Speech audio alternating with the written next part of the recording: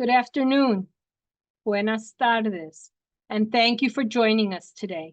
I'm Paloma Izquierdo-Hernandez, President and CEO of Urban Health Plan, a community health center network in New York City, and the chair of the NACHC Board of Directors. Today, I want to start off by saying, we did it. You did it. After an exhausting 6 months, maybe more like a year, we finally got a longer term extension of community health center funding. Is there more to do? Absolutely. Is it the long-term deal we wanted? Absolutely not.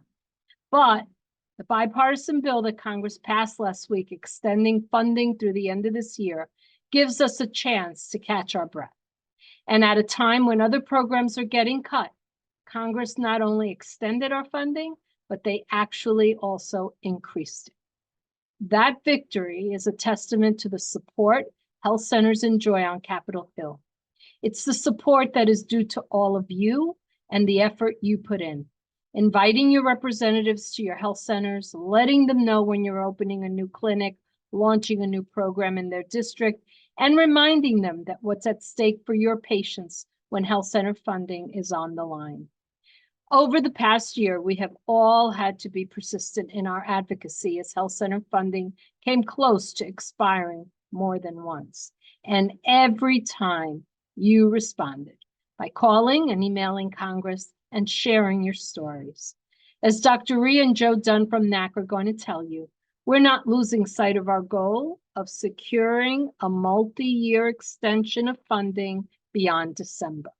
But today is a day to step back and celebrate our success, so we could recharge ourselves for the next round of fighting the good fight on behalf of our patients and our staff.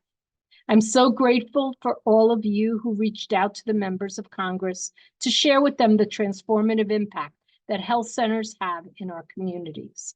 I also want to give a special shout out to all of the primary care associations and the health center control networks for marshaling health center troops across the country. Now I will hand things off to Dr. Q. Rhee, President and CEO of NACHC, to share a few words. Thank you, Paloma. We're so grateful for your leadership of the NACHC board and your amazing team at Urban Health Plan. Knowing we serve 1 in 11, over 31.5 million Americans with a dedicated staff and volunteers of over 300,000, I am so grateful to have witnessed the power of our movement on the front lines. Over the past 6 months, I visited over 50 health centers in nearly 20 states and seen firsthand how we are fighting to deliver health equity and primary care for communities that need us the most. There is no other movement with such history, purpose, passion, and power in our diversity like ours.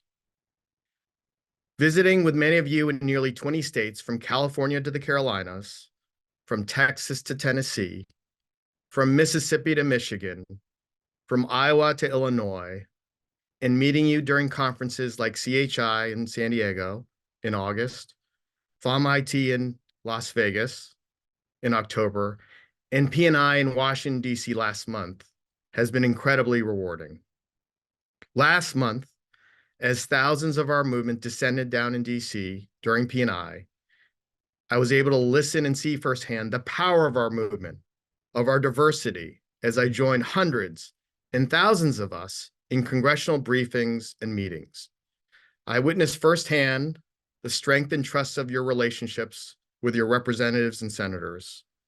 It reminded me how essential health is, but also how health is so local. From Republican Chairperson Kathy McMorris Rogers of Washington State to the House Democratic leader Hakeem Jeffries of New York, from Republican Representative John Joyce of Pennsylvania to Democratic Congresswoman Doris Matsui of California, every one of them made time to meet with you, their local healthcare leaders, health center leaders, and teams. And recently, just a few weeks ago, when Louisiana health center leaders flew in, key members of Congress, such as Senator Bill Cassidy and House Speaker Mike Johnson, made sure to clear their calendars to meet with you and hear your concerns and needs. So whether it was from Maine to Hawaii or Alaska to Florida, your representatives and senators know you, they trust you, and respect your hard work in service of their constituents. Whether they vote for extending health center funding, join a letter on increasing primary care funding, speak with their colleagues to advocate on your behalf, or visit your facilities during their district work weeks, members of Congress value the innovation, the efficiency, and the effectiveness in outcomes you bring to their local and our nation's health system. Congress recognizes how meaningful the workforce at a health center is for their constituents and the economy. You should be proud that your stories have secured an increase, an extension of funding not only for health centers, but also for the National Health Service Corps and Teaching Health Center program. Both are so essential for the recruitment and retention of our workforce and building the pipeline for our next generation of primary care clinicians and teams. I'm also so excited to report that for the first time ever, Congress had an official budgetary scorekeeper, the CBO, recognize what everyone on this call already knows, that investing in health centers and improved health outcomes saves the federal government money. That's right. The Congressional Budget Office, otherwise known as the CBO, acknowledged last week's increase in funding for community health centers will actually decrease Medicare and Medicaid spending by more than $700 million. I've always said that health centers are the best, most innovative, most resilient, and most diverse part of our health system. Thanks to you for your hard work, our advocacy, and NACHC's relentless engagement. Now we recognize that health centers are the best investment in healthcare that saves lives and also saves taxpayer dollars. These are the reasons why we can be here today celebrating our success. It is also why I'm confident that we're ready to take on more challenges, to expand our reach from 1 in 11 we serve today to the 1 in 3 Americans that need us in the not too distant future. To tell you what is our next ask of Congress and how we're going to accomplish our advocacy goals, I'm going to turn it over to Joe Dunn, SVP of Public Policy at NAC. Joe? Thank you, Dr. Rhee, for those inspiring words. And I think it's important to first do a quick recap of what we've accomplished together over the last 12 months. So while coming out of an unprecedented pandemic, you all have persevered in providing low-cost, high-quality, integrated care for millions of Americans, expanded career opportunities for thousands of diligent families, and successfully shared your moving stories with Congress to make this mandatory funding extension happen.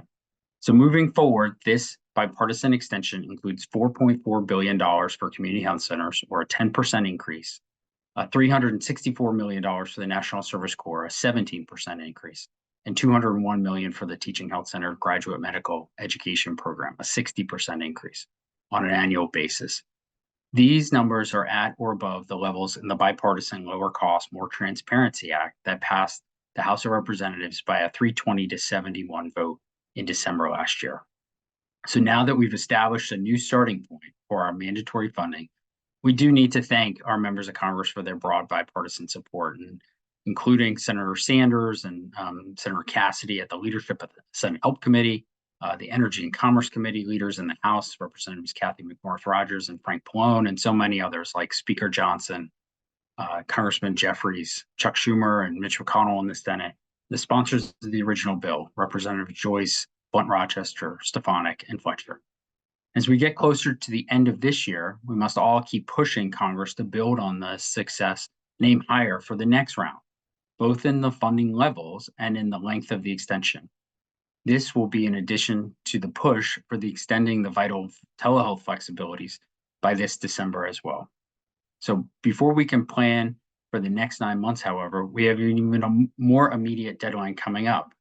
And that's Congress. While Congress has extended the 70% of our funding that comes through the mandatory base funding, the other 30% remains on the line this month. And this 30% is the discretionary funding for health centers, the National Service Corps, that is renewed on an annual basis.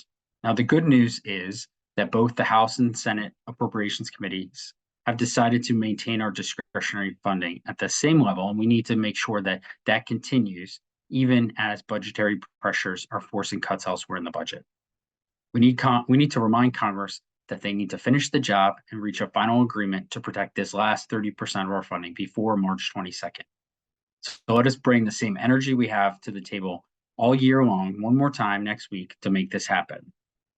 The other reason for Congress to advocate for Congress to pass their discretionary funding before the 22nd is that then HRSA will know the total amount of money that they will have, which is essential for them to create a plan on how they can disperse this new final increased funding level among health centers. And unlike previous versions of the bill, this law does not provide HRSA with any instructions on how to distribute that additional funding. So we can look to the president's budget request to get an understanding of what their priorities may be, like expanding behavioral health services or extending operating hours, a new round of new access points, but we'll have to wait and see what is happening as the budget numbers get finalized. And so we look forward to working with health centers, primary care associations, health center control networks to engage HRSA about the priorities as we move forward. And so really appreciate everybody's attention and time today. And we're going to transition now to questions. So if you have questions, would love to hear them. So you can drop them in the chat and we will go ahead and work our way through them. So, okay, looks like the first question we have is in the Q&A box. It says we should advocate for across the board increase to base operational grants because they have not been increased and cost of care has skyrocketed.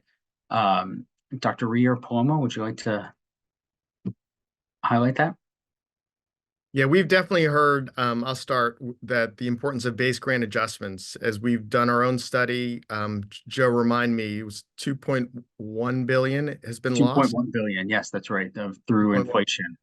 Through inflation. And we also know with Medicaid redeterminations, the average health center has lost about $600,000, perhaps in Medicaid. So there's no question that base grant adjustments is a top priority that we've heard from primary care associations, health centers, and from our own NAC board. So we are definitely expressing that perspective to our friends and colleagues at HRSA. Great. Yeah, just to echo, base grant adjustments is our top priority, as so many of you know. We look forward to it. We really can use it as health centers. So we'll make sure that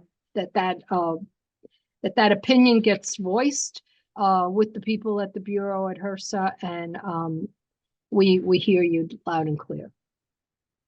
Okay, looks like there's a number of questions in the Q&A around new access points and whether we know or anticipate those. Maybe I'll just start. This was something that was included in the president's budget from last year.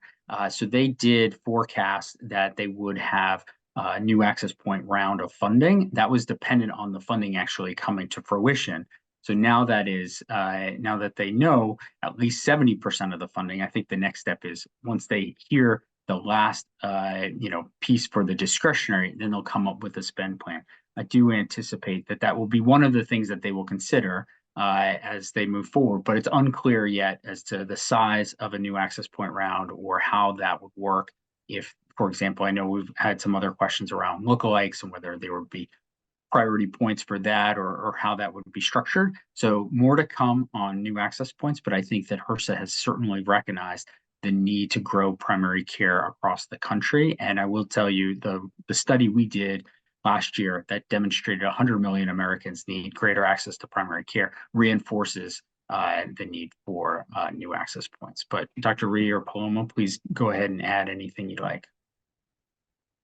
I think this highlights the challenge we have when we look at health disparities across our nation. A part of why I believe strongly we need to serve 1 in 3 is because when you look at the demographics of our population, those below 200% of the poverty level, those who suffer geographic disparities, whether they be urban, rural, frontier, or island, there is a need out there that's significant that our health centers are serving now 1 in 11, but ultimately to get to 1 in 3, we gotta solidify our base and recognize that whether it's the 2.1 billion loss, based on inflation, or the 600,000 based on per health center based on Medicaid redetermination, we need those base grant adjustments.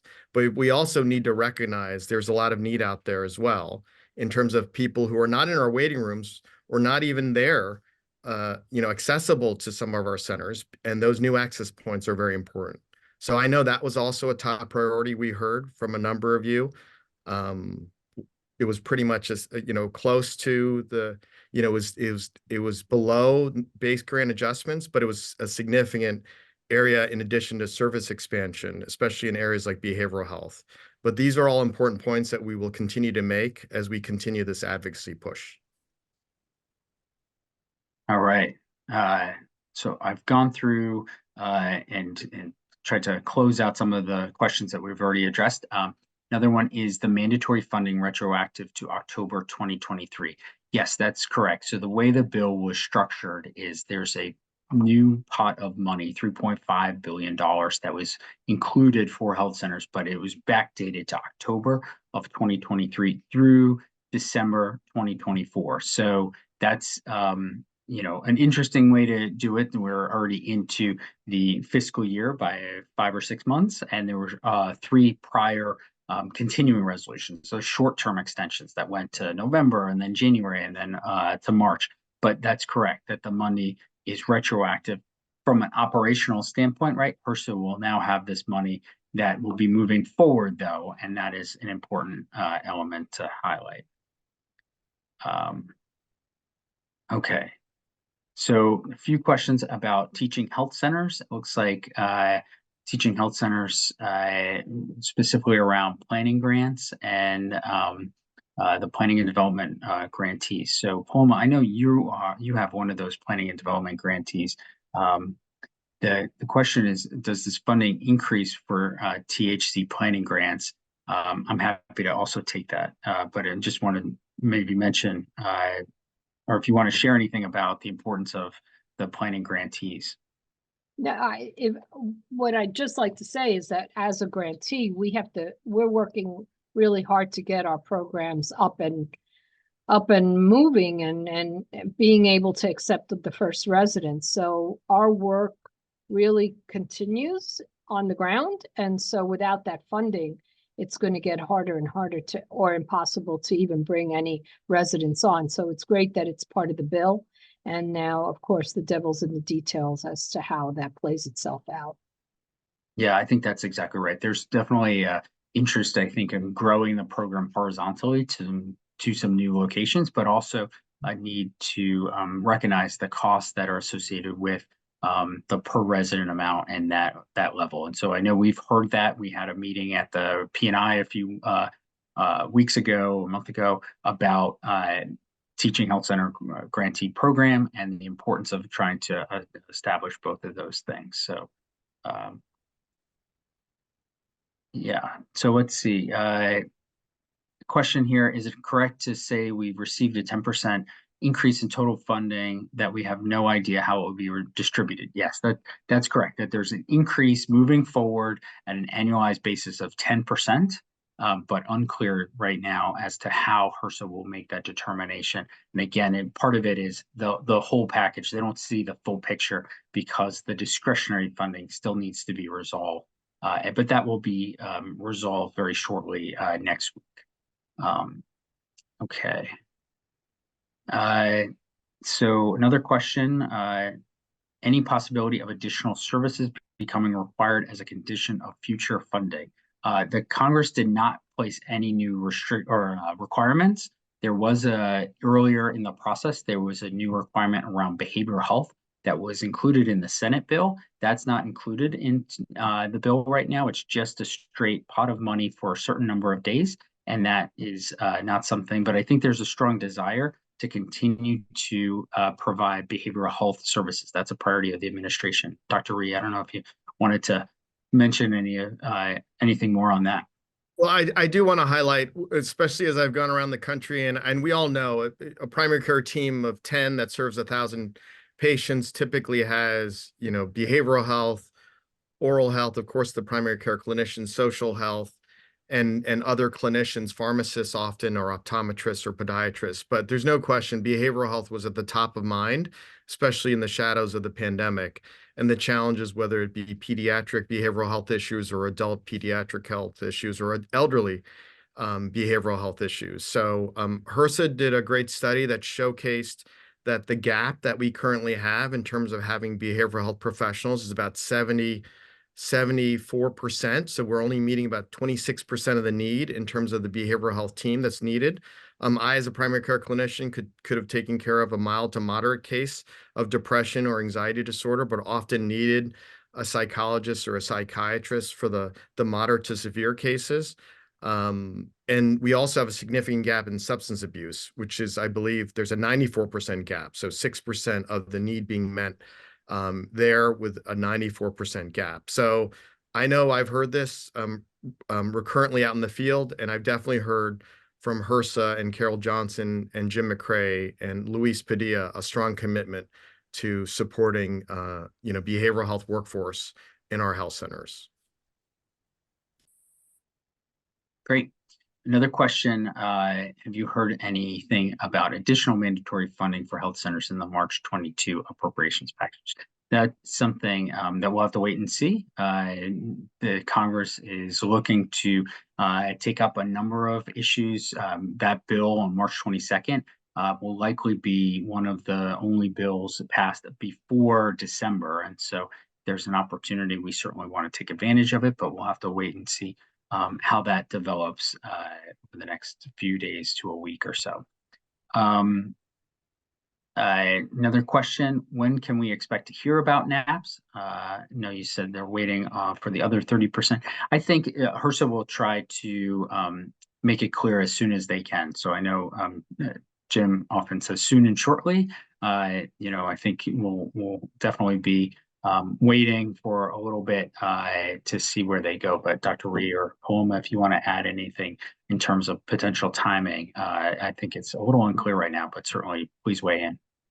Yeah, I would just say that just in listening to them, that they have many thoughts because they didn't really know where the funding would land. So there was, I believe, a lot of pre-planning as to what would they do if this happened, and what would it, all circumstantial kind of scenarios. So and they know that the money has to go out fast. So I think we'll be, not to use Jim's words, but I think it will be very soon and shortly. Yep, I agree. They're ready and they're prepared and they're going to put it out soon. Okay. Question here, where are community project funds for FY24 included? Do we have any idea whether the Senate will be able to distribute those funds? So that would be resolved in the March 22nd package. So not the one that just passed this past Friday, but the one that will have to pass next Friday. There'll be a determination as to how those things will shake out. Just for awareness, if you do have a community directed project or an earmark for your health center, those were allowed in the Senate, but not in the House. And it's a bit of an open question as to how that will get resolved. I could see the Senate really pushing for those because they think that they are really strong projects, but a little TBD right now, because this is something that will have to play out between the two sides and they're still negotiating the bills. Okay, question from someone who's a dietitian. I'm a dietitian working at an FQHC. I would love to see more nutrition, education, and other preventative services receive more funding in the future. Any news on this? Dr. Rhee or Paloma, you want to highlight the role of dietitians? I mean, I remember, I was very grateful when I was at Unity Healthcare as a National Health Service Corps scholar, having a nutritionist on the team and the power of having that nutritionist to support me in managing, issues of obesity to diabetes to heart disease, hypertension. Many chronic conditions require, diet-related interventions. So I remember, though, at that time, it was funded through a grant. And the beauty of our movement is our diversity, not only in terms of diversity, in terms of racial and ethnic diversity or geographic diversity, but in terms of the disciplines that we support. And so I do believe the role of dietitians is incredibly important, and we should be looking at ways in which we can assure that they're part of primary care teams to address, the epidemic of chronic diseases and to also prevent those chronic diseases. Yeah, if I could add, at our health center, we have a teaching kitchen. So we totally believe in nutritionists. We have had them from almost day one. I know that in the Senate bill, there was going to be, or there was in that bill, a requirement for nutrition education of some sort, but that wasn't part of this bill either. So it may end up being with something that HRSA may choose to fund. But that's where I think the idea of it came from the Senate bill, but that portion of it didn't flow through. Yeah, that's right. It would have been a new required service within the Senate bill, and then some additional funding to help support that. I would also highlight that a recent bipartisan bill that we had gotten worked on and got introduced right before P&I was our Workforce Innovation Act, which would help support training of dietitians and other professionals, medical assistants and dental assistants and others that that it's essential to help open those pipelines. Okay. Let's see. So there's a question here, will the new pot of money be available to health centers in the form of a formula grant? That's something for HRSA to determine. It's unclear whether they would make funds available through a formula or through a competitive process. I know, for example, the last competitive process for NAPS, there were 77 organizations funded, over 500 applicants. And so it really demonstrated the need. I think it'll wait to see how that will play out once they kind of decide there, and then as to how to do it. Another question about how much support will dental services be given at HRSA? It's a great question. That is something that we can continue to monitor, but again, it's probably a little unclear. But I know that they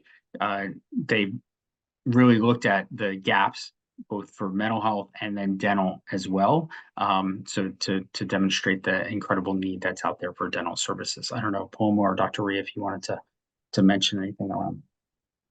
I would just say that across the country, and especially in New York, there's a lot of discussion about the shortage of dentists. So again, we could advocate for that when we speak to the people at the Bureau, but there's nothing specific in what will be funded and what won't be funded.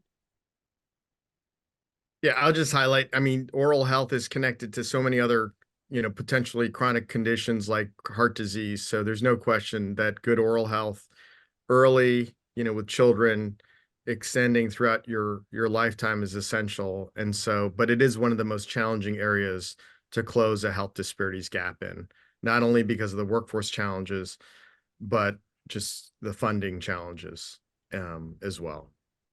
I do think there's possibly innovative areas in terms of thinking about teledentistry and even the use of AI in identifying those with dental carie issues. So these are areas that over time, I know we will look into the future.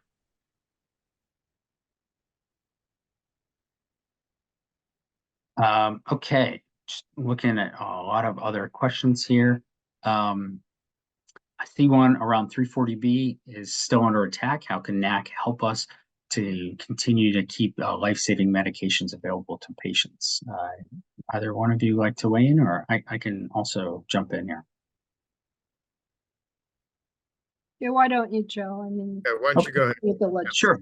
Yeah, I would just say that we continue to work on legislation with our coalition partners through the Alliance to Save America's 340B program. We're very close to trying to get legislation and bipartisan legislation introduced. And so more to come on that, but it's certainly something that would build on some of the other activity that's happened recently in the 340B program. There's a Senate discussion draft, a bipartisan one that has a number of the similar provisions of what we are trying to do. We think it's a really strong positive idea that there's going to be more attention and focus on this critically important program. You may have heard me say this. When I was on Capitol Hill for 11 years, the first rule of 340B was no one talked about 340B. They didn't want to have that attention. And right now we know that that's unsustainable. We need to have this brought out and really think about solutions that all sides can agree to. And so that's what we think the bill that we're working on, along with the others, can really set that framework and that stage to debate and bring these ideas forward. Yeah, so that is on 340B. Let's see. Getting a few more. Here's one. What is the final amount for health centers that was passed? Is it 4.1 billion? No, it's a little confusing because it wasn't. It was an amount 3.5 billion, backdated from October and goes all the way through December 31st of 2024. So it does cross over 2 different fiscal years, and then also builds on 3 past continuing resolutions. So if you think of it, way we're thinking of it is prospectively from March 9th, from the first day of the extension through the end of the year on an annualized basis, it's 4.4 billion or a 10% increase. And so that's what we really think is a really good way to think about the funding moving forward. Another one about any funds mentioned specifically for allowing replacement or repairs of aging buildings, infrastructure, or equipment. I'm happy to take that one, but want to also see if there's any other thoughts about, need for capital investment. Dr. Rhee or Paloma, or? I mean, I'll highlight, I definitely saw and hear throughout my travels that, health centers need those capital investments to improve their facilities, to demonstrate, one of the ways in which they're a provider of choice is not only the high quality workforce you recruit and retain, but also the facilities as well. I do want to highlight, as you were just referencing the increase, this is the first increase in nearly a decade, which is why I also understand and appreciate that many people are asking, for a lot more, need a lot more because of that inflationary impact of 2.1 billion, because of the impact of Medicaid redeterminations of 600,000 per health center. I mean, I've heard this recurrently, the importance of us getting more funding to these communities that need it the most. And the power of base grant adjustments is also your ability to choose how to spend that funding in different areas. But I totally appreciate that facilities is also a top priority as well. Yeah, and I would just say on the capital, we certainly understand that Capital Link did a assessment and a study. This was a couple years ago, but it put the number at $17.5 billion of what was needed to retrofit and expand health center practices. The issue right now is this money is within Section 330. There's a prohibition on any capital construction. So Congress has to proactively go in and remove that prohibition, and they did not do that. So I don't anticipate the capital would be part of this. It certainly, was as part of the American Rescue Plan, and that was around $1 billion for capital. But we know that there's a significant need out there as well. Okay. Another question, how much of the access to primary care gap is due to the lack of available providers? I think that's a pretty significant connection, but certainly, Paloma, do you want to maybe highlight what's happening at Urban Health Plan, or Dr. Rhee, what you've heard across the country? Paloma, you want to go first? Sorry, you're on mute. It was just a car outside my window. I could just talk from Urban Health Plan's perspective. We have so many patients and we lack providers, and our ability to recruit them, our ability to pay them competitively doesn't get easier. On the contrary, it gets harder every day. And it's not only physicians, but I think it's starting to trickle down to nurse practitioners and PAs as well. So over time, I believe that that access to care will clearly be related to the capacity of our primary care workforce. And we know by the studies that have been done by Milken as one example, where there actually has been there's just not enough primary care providers for the amount of people that there are. So we have some really big systemic issues on the training front in terms of training doctors that need to be addressed that I'm not sure are within only our realm, but overall. So I'll just highlight. I mean, I think the Milbank scorecard, if you Google that, on primary care demonstrates we're only spending 5 cents on the dollar in primary care. That's the narrow definition of primary care. That eliminates like hospitalists who can sometimes be included in primary care. 15% of physicians are going into primary care, so that means 1 out of 7. And so we have a big challenge ahead of us. I will say the hope is what community health centers do. We have teams of 10 people per 1,000 patients, and those teams often have, this extraordinary diversity of disciplines. They have community health workers, they have nurse practitioners, physician assistants, social workers, psychologists, dentists, dental hygienists, pharmacists, pharmacy technicians. So that team is all of primary care, and I believe strongly that the primary care we see today will likely be different in the next 10 to 20 years. I think in the next 10 to 20 years, we'll be more high tech.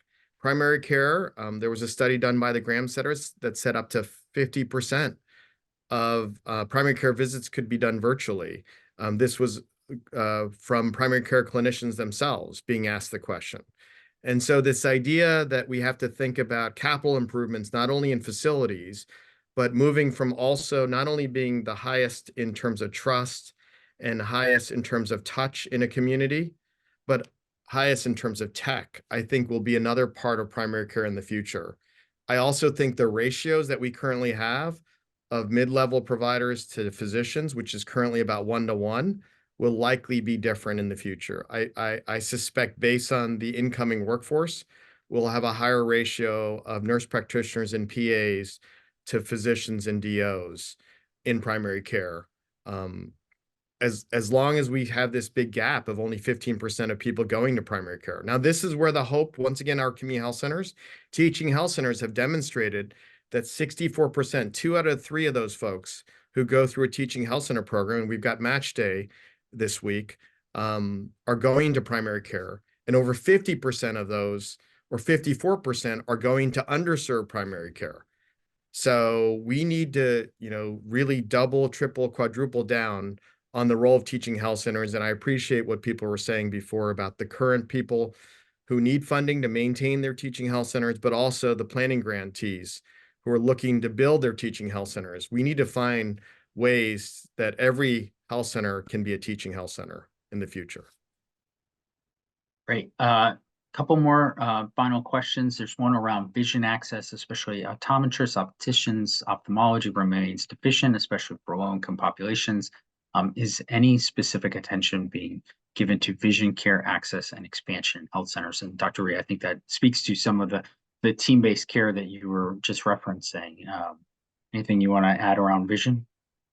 Yeah, I've been intrigued because, there's no question that vision is essential, and that when you do have specialists in health centers, often it's like optometrists. And there's been a lot of creative ways in which you have lenses there that you also have available at a number of health centers. And also people are using AI enabled services as well. If you think about issues like macular degeneration or diabetic retinopathy or any type of eye disease, the ability for you to possibly use technology and even AI-enabled technologies, which if you look at the FDA approval for AI-enabled technologies, many of them are in the categories of eye exams. There is extraordinary opportunity for us to innovate further, but there still are significant access issues as it relates to vision access, as we see diabetic retinopathy checks for people with diabetes, which if we know has huge burden of disease for the populations we serve. those rates are very low. We're, probably talking, 20%, even though you should get that annual eye check. So there's no question we have a big gap that we need to work on filling there as well. All right. Looks like another question. How can health center patients help to advocate for their health centers? I would say certainly a way to stay informed and to advocate is through signing up for our Washington update. This is the email that goes out every Tuesday to keep folks informed. And then that also then builds the list for action alerts when there's timely action that's needed, either an email or a call to a member of Congress's office. That's how we get that message out. So obviously staying on top of social media and the NAC websites are also important, but another really great way to have the news delivered to you weekly is through signing up for our Washington update. You can do that on the NACHC Advocacy website. And so that is just something I know that our team put that in the chat, but also wanted to mention that. It looks like one final question. How much will mobile integrated healthcare out of the EMS systems come into play, if at all, as we endure the lack of primary care? Dr. Rhee, do you want to take that? And I can also mention something around mobile healthcare as well. Why don't you go first? Go ahead. Yeah. Okay, sure. Yeah, so one of the things I just wanted to highlight is this is now about 18 months ago, we were working on a bill in Congress that would allow for mobile units to qualify within a new access point round of funding. So typically before, you needed a brick and mortar facility as well as the mobile unit to go into a mobile or a new access point round application. With this funding, it allowed for just mobile units. And so as HRSA thinks about a new access point round of funding, that might be a way to achieve some of the goals of broader primary care access without a brick and mortar site, especially if you're in a rural area. As we thought of and worked on this bill, really the focus around rural areas was critical. And, one of the health centers that testified on it was around the fire season in rural Washington state and how important their mobile unit was to providing care directly to the firefighters during that fire season in the state. So thinking about that is a new flexibility that HRSA hasn't had in the past for new access point round funding, and that they would have now as they think of how to move forward. So anything else to add? I would love to hear Dr. Rhee. I think mobile access, there's no question. The beauty of our movement is we go to where people need us, and we use ways, whether we're in public housing or shelters or schools. 1 in 4 of our sites are in schools. Mobile health centers and clinics are essential for us getting out into the community and getting to where the need is. I did see a comment. I apologize for using the term mid-levels. I recognize that I shouldn't have used that term, but advanced practice registered nurses or physician assistants or nurse midwives are the categories that are typically growing, while MDs and DOs are also going lower in terms of primary care. But I want to emphasize all members of the healthcare team are essential to delivering primary care, and it should feel like a horizontal team, not a vertical one. All right, so it looks like the questions have stopped. Thank you so much. Paloma, why don't you take it and close us out? Sure. So let me close it out the way I started, really congratulating all of us for really a big accomplishment.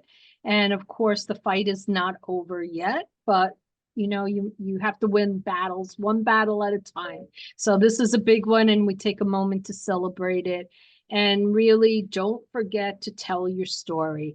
The legislators are part of our lives. We have to go to them year after year or multi-years to ask for this funding, right? So the more we make them part of our lives, the more they know about our stories, and the more they could relate to us, the easier our story gets to be told. So just let's use this time to really focus and advocate as best as we can. We know our communities, our patients need as much as we could possibly give them. So again, thank them. Thank them for this big win, and let them know that we're out there really fighting the good fight to bring home a lot more resources to them. Thank you.